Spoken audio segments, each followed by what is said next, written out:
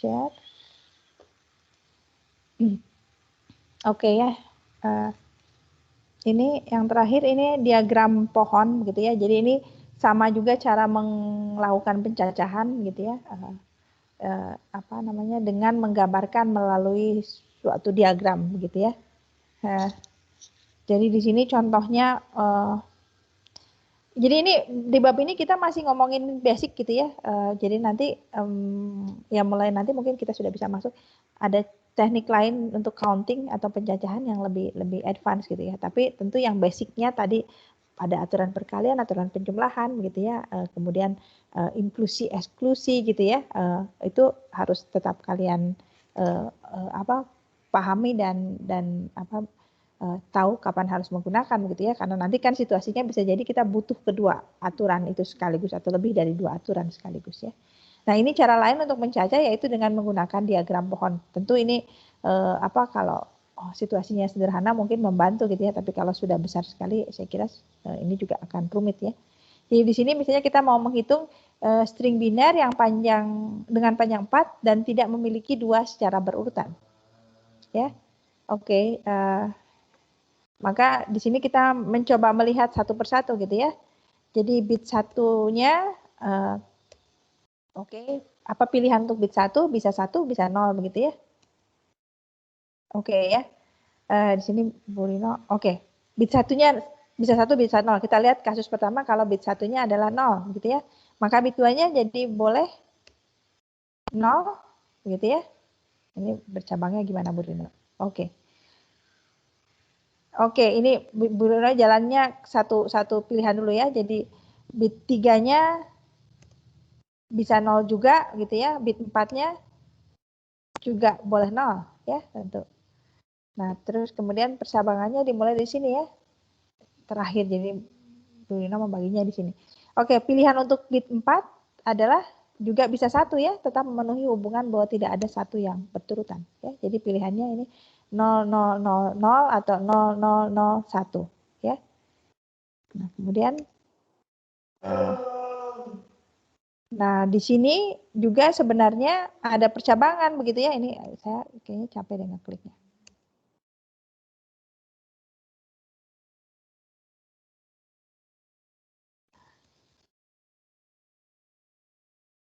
Oke. Ya, jadi kalau dilihat saya barangkali lebih suka melihatnya dari awal barangkali ya. Tadi pilihan bit pertama 01 begitu ya. Saya kayaknya lebih senang bercabang dari awal. 01, kemudian bit kedua pilihannya bisa 0, bisa 1 begitu ya. Oke. Nah, tetapi di sini kalau kita menggunakan bit pertamanya 1, maka hanya ada satu pilihan untuk bit kedua karena kita tidak mau ada satu berturutan. Ada 2 1 berturutan gitu ya. Oke. Saya kayaknya lebih suka melihat dari sisi kiri gitu ya. Nah, terus nanti bit 3-nya kalau 0 ya berarti boleh 0, boleh 1 juga begitu ya. Tetapi kalau di sini 1, maka bit ketiganya tidak ada pilihan lain kecuali 0. Ya. Oke, jadi dengan demikian kita bercabang terus gitu ya, sehingga pada akhirnya kita bisa dapatkan di sini ada berapa banyak. Ya, tinggal dihitung saja ya. Masing-masing jalur sampai ke ujung ya. Jadi ada 8. Ya, 8 pilihan bit string biner ya yang memenuhi sifat ini. Oke ya, jadi ini dengan mencacah dengan menggunakan pohon begitu ya.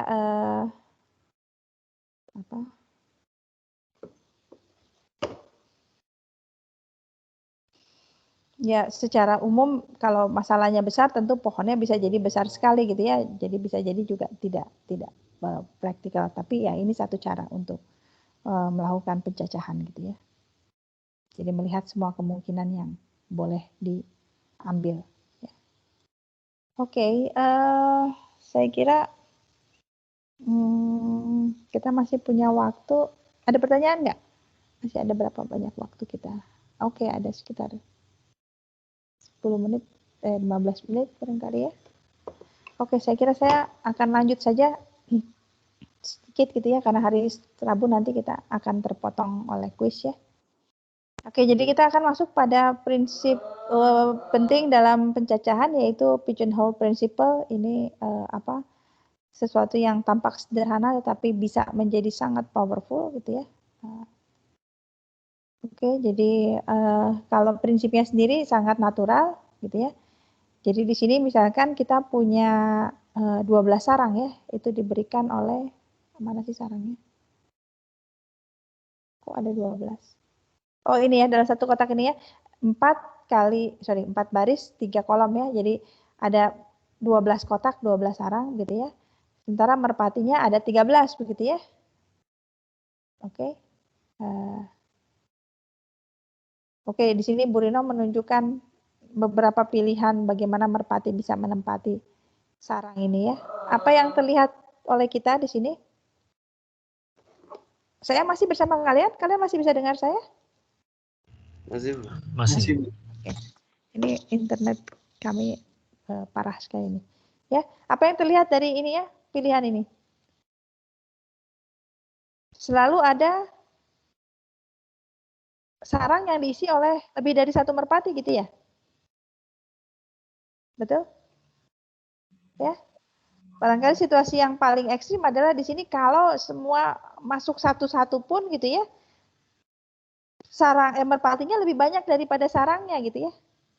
Kalau satu merpati akhirnya kita distribusikan ke masing-masing sarang, merpatinya lebih banyak dari sarangnya. Jadi pasti ada yang harus berbagi sarang gitu ya. Oke. Ya, jadi itu prinsipnya gitu ya, namanya pigeonhole principle gitu ya. Walaupun tentu tidak harus merpati ya, bisa macam-macam gitu ya. Jadi ininya sederhana sekali gitu ya. Jadi jika ada K atau K plus 1 atau lebih objek yang ditempatkan ke dalam K buah kotak, maka terdapat paling sedikit satu kotak yang memuat 2 atau lebih objek tersebut. Ya. Buktinya tentu pakai cara yang sederhana saja, kontradiksi gitu ya. Di sini kan mau mengatakan terdapat paling sedikit satu kotak gitu ya, yang memuat 2 atau lebih. Ya. Oke, andaikan tidak demikian gitu ya. Andaikan tidak ada kotak yang memuat lebih dari satu objek gitu ya. Berarti karena ada K kotak, banyaknya objek, paling banyak ya K juga gitu ya. Karena masing-masing kotak tidak lebih dari satu isinya. Ya. Padahal tadi diketahui bahwa objeknya ada K plus 1. Kontradiksi. Oke. Jadi dengan demikian, tidak mungkin semua kotak hanya berisi paling banyak satu. Jadi harus ada satu kotak yang terisi 2 atau lebih. Begitu ya. Jadi itulah prinsip sarang merpati ya, tampaknya sangat wajar begitu ya. Jadi contohnya kalau misalnya ada 3 orang, pasti akan ada 2 orang yang punya jenis kelamin yang sama, betul? Ya, karena kita punya 2 jenis kelamin saja gitu ya, wanita dan pria begitu. Jadi kalau ada 3 orang, ya pasti ada yang 2 berasal dari atau mempunyai jenis kelamin yang sama gitu ya. Itu prinsip sarang merpati. Ya. Oke, contohnya di sini yang mungkin lebih ini. Oke, tim kesebelasan sepak bola 11 orang tentu gitu ya. Tim ini menang dengan angka 12-0 gitu ya.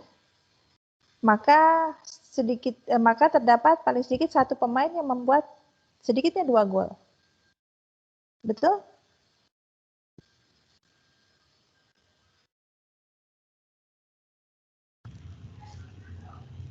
Itu mengasumsikan tidak ada pergantian pemain sih Bu ya.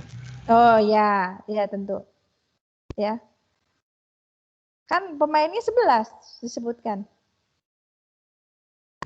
Iya Bu. Ya, oke. Oke. Atau yang ini, Anda menghadiri 6 kuliah dari Senin sampai Jumat. Gitu ya. Oke. Maka terdapat paling sedikit satu hari di mana kuliah Anda lebih dari 1 atau sedikitnya 2. Betul? Ya, ya. Pasti dong gitu. Karena kalau semuanya satu-satu kuliah berarti paling banyak 5 kuliah dong gitu. Padahal kuliahnya ada 6 gitu ya. Oke. Jadi ini prinsip yang sederhana gitu ya. Nanti tapi bisa pada situasi tertentu bisa sangat powerful gitu ya. Oke, ini suatu kelompok beranggota 367 orang. Oke. Nah, paling tidak ada 2 orang yang memiliki tanggal dan bulan kelahiran yang sama. Satu tahun itu ada berapa hari? 365 ya? Atau 300? Ya, 365 atau 366 begitu ya, tergantung apakah itu tahun kabisat atau bukan ya. Oke. Jadi kalau kita punya 367 orang gitu ya, pasti ada yang ulang tahunnya persis sama, tanggal dan bulannya persis sama. Ya.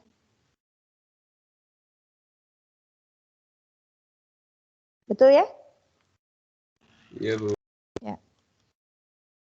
Nah, oke. Sekarang ini baru kita lihat contohnya.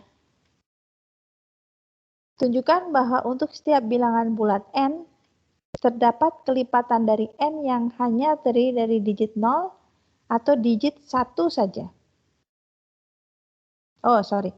Maksudnya bukan 0 saja atau 1 saja ya, tapi tidak memuat angka lain di luar 0 dan 1, begitu ya maksudnya. Untuk setiap n. Contohnya, kalau n-nya 1, berapa yang habis dibagi 1? Ya banyak sih ya. Ini sih saya pilih saja 1 gitu ya. Kalau n-nya 2,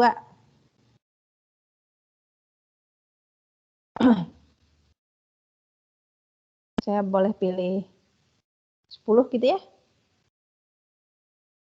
Oke. Kalau n-nya 3, ini mulai. Berapa kalau n-nya 3? Contohnya. Kelipatan yang hanya memuat angka 1 atau 0 saja. 111, oke. N-nya 4.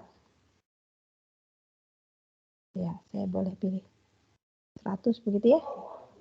Nah, jadi ini untuk n berapapun selalu kita punya kelipatannya yang hanya terdiri dari digit 0 dan digit 1 saja.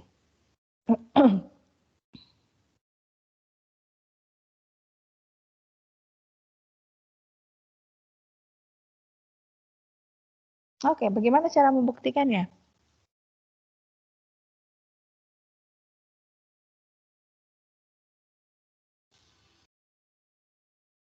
Oke ya, ini bisa pakai pigeonhole principle ya gitu. Oh, saya kenapa selalu hanya menempatkan 1? Oke ya, saya pilih lagi deh kalau gitu. Sebentar. Escape.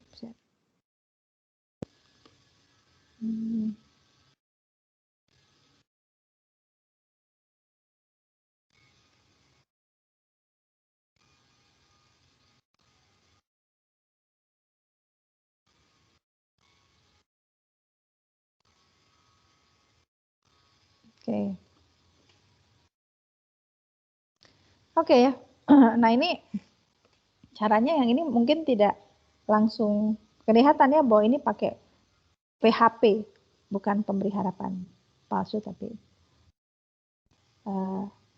pigeonhole principle. Ya. Jadi di sini saya bayangkan saya punya kotak, saya labeli dengan 0, saya labeli dengan 1, sampai dengan saya labeli dengan n-1. Ya. Kemudian saya pandang bilangan-bilangan ini. 1, 11, 1,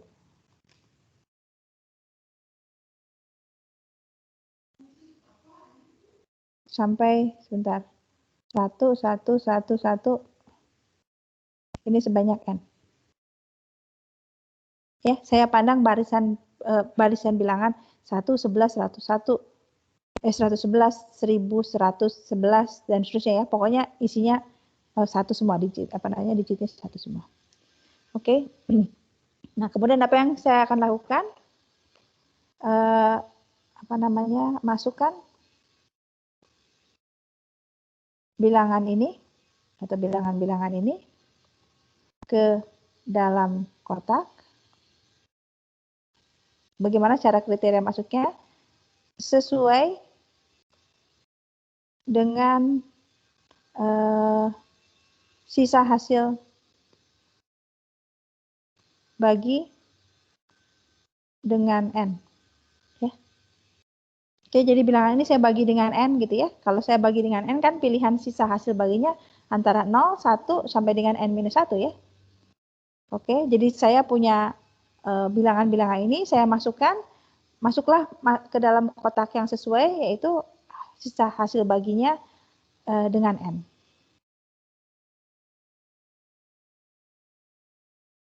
Oke, apa yang kira-kira bisa terjadi?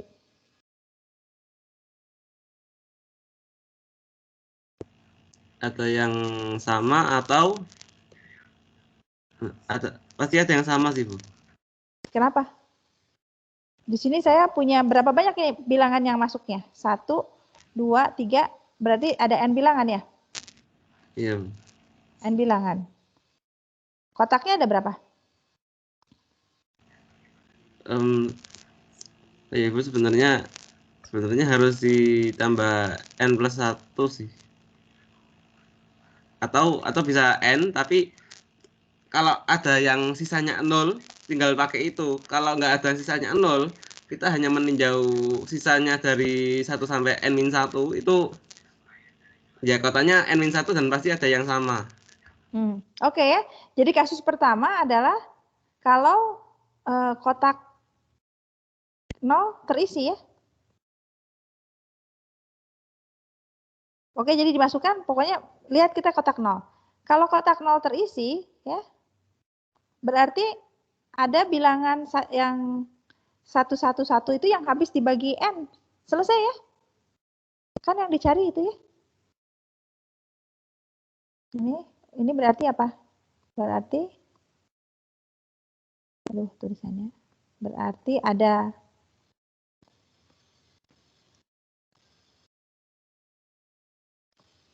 ada bilangan yang habis dibagi N ya, atau kelipatan dari N.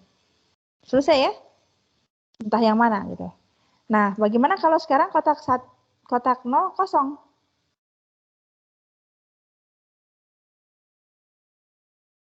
Ya, tadi seperti yang dibilang Abdillah. Berarti kalau kotak 0 kosong, N bilangan ini hanya mengisi dari kotak 1 sampai dengan kotak N-1.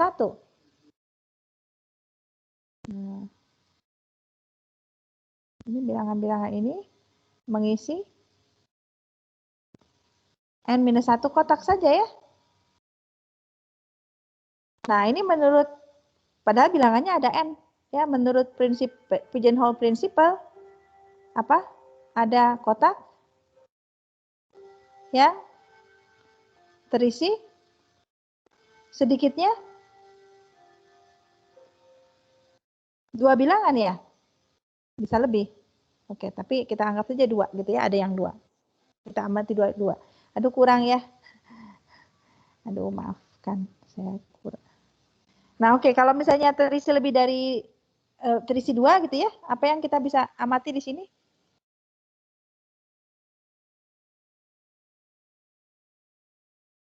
Bilangannya seperti apa?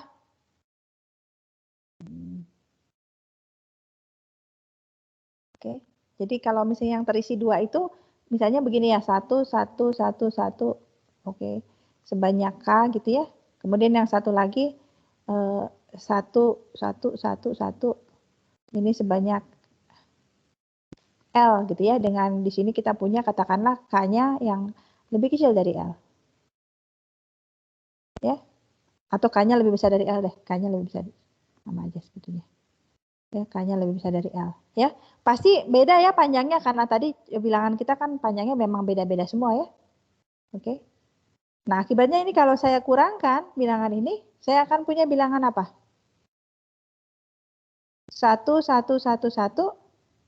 Habis itu 0, 0, 0, 0 ya. Ininya ada sebanyak berapa? Ini sebanyak L, yang ininya begitu ya?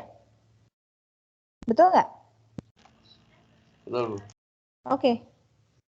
Dengan demikian bilangan ini berapa sisa hasil baginya kalau dibagi N? Ya.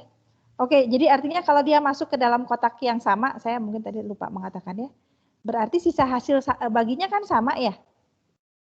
Jadi kalau ini saya sebut sebagai A gitu ya, ini saya sebut sebagai B, maka yang terjadi kan karena mereka masuk ke dalam kotak yang sama, berarti mereka adalah apa namanya, apa ya, saya pakai huruf apa, M saja ya, M kali N ditambah sisa gitu ya.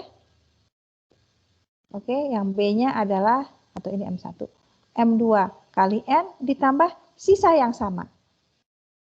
Ya, di mana S-nya ada di antara 1 sampai dengan N-1 begitu ya sisanya. Ya, ingat bahwa kedua bilangan ini tadi berada pada apa namanya, kotak yang sama, jadi sisanya sama gitu ya. Oke. Jadi akibatnya nanti kalau kita mengurangkan A dikurang B gitu ya. Oke, jadi kalau kita punya A dikurang B, maka nanti A kurang B ini tentu menjadi M1 min M2 kali N. Atau dengan kata lain, A kurang B ini habis dibagi N. Ya, atau kelipatan dari N. Ya, apa itu A kurang B? Tadi kita sudah lihat ya, bentuknya memuat 1 dan 0 saja.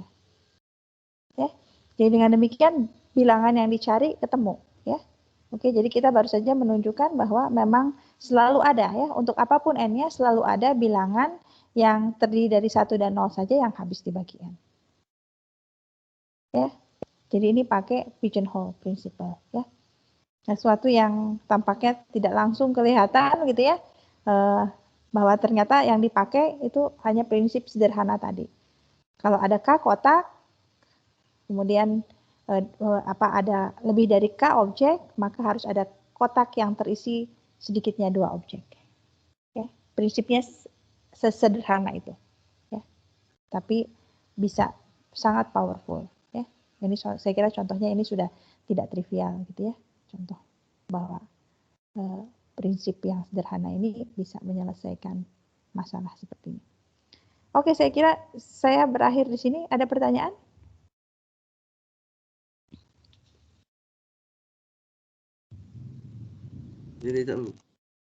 Oke, yang lain? Insya Allah aman, Bu. Oke, ya. Oke, jadi apa namanya? Sekali lagi yang basic tadi aturan perkalian, aturan penjumlahan gitu ya. Ada pi, prinsip inklusi eksklusi ya. Kalau mau disebut sebagai aturan pengurangan. Kemudian yang agak tricky tadi aturan pembagian ya. Oke, itu yang basic. Nah, sekarang kita sudah mulai masuk pada yang canggih gitu ya, pigeonhole ya. Jadi barangkali kalau pigeonhole itu lebih pada masalah eksistensi sebetulnya daripada untuk mencacah ya, tapi melihat bahwa suatu cara atau suatu struktur itu ada gitu ya. Oke.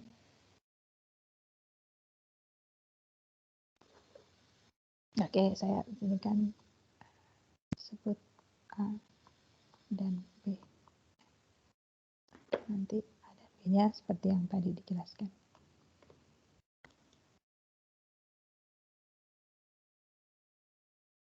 Ya, oke. Kalau nggak ada, saya kira kita akhiri daftar hadirnya mestinya sudah terbuka sekarang.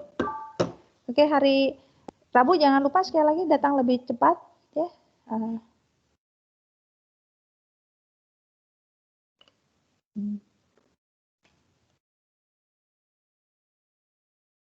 Oke, saya kira Anda bisa tinggalkan Terima kasih, Bu. kelas. Oke, sama-sama. Terima kasih, Bu. Terima kasih, Bu. Terima kasih, Bu. Semoga sehat selalu, Bu. Sama-sama, kalian juga.